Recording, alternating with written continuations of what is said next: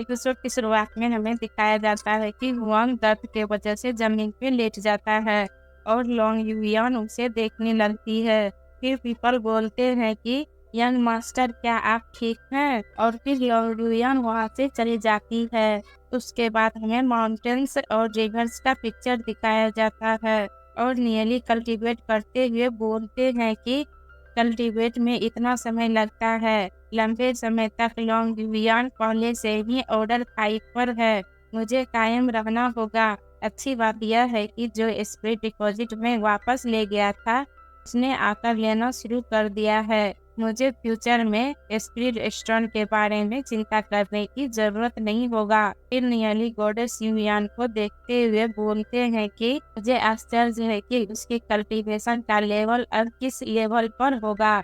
जब वह fire spirit God थी, तब से शायद वह अपने लेवल से बहुत आगे निकल चुकी होगी। मैं उसे परेशान नहीं करूंगा। मैं जाकर देखूंगा कि गोल्डन एग क्या कर रहा है। और फिर नियली गोल्डन एग को देखकर सोचते हैं कि यह यहाँ केवल खाना और सोना ही करता है। मुझे इसे अक्सर बाहर ले जाना पड़ता है। यह छोटा और छोटा होता जाता था।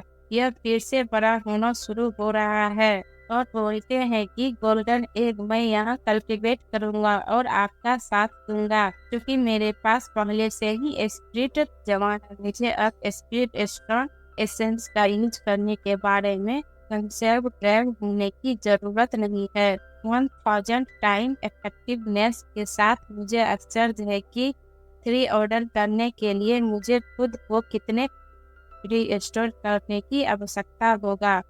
और नियली कल्टीवेट करते हुए बोलते हैं कि ऑर्डर 3 यह भी खूब रहा है, आइए कुछ और यूज करेंगे। इसके बाद हमें 5 के बाद का सीन दिखाया जाता है और नियली कल्टीवेट करते हुए ऑर्डर 4 पर पहुंच जाते हैं और बोलते हैं कि ऑर्डर 4 का कलर ब्लैक है।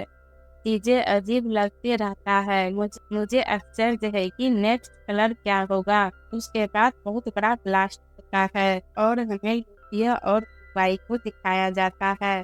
फिर लुकिया बोलते हैं कि हमारे डेमन एक फाइनली स्पिरिट डिपॉजिट को जबरदस्त कर लिया है।